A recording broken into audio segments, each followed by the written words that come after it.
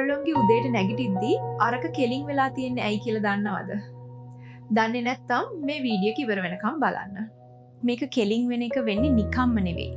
ඒක මුළු රෑ තිස්සේම මොළය විසින් කරපු එක්සර්සයිස් එකක ප්‍රතිඵලයක්. ඔයාගේ ශරීරයේ අනිත් හැම කොටසකටම නිතරම ලේ ගමන් කරනවා.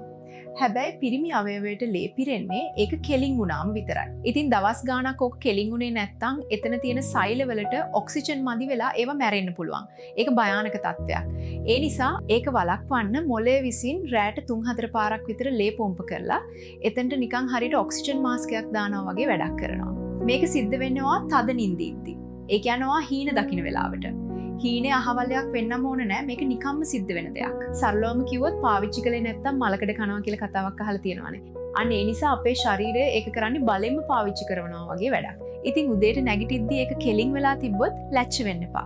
එතකොට ඔයා හිතන්න මගේ සිස්ටම් එක තාම සුපිරියට වැඩ කියලා. ඔයා මෙච්චර කල් හිතන් හිටියේ එහෙම වෙන්නේ මොකක් නිසා කියලාද? පහලින් කමෙන්ට් එකක් දාන්න. ඒ වගේම නොදන්න අයට දැනගන්න මේ වීඩියෝ එක ෂෙයා කරන්න.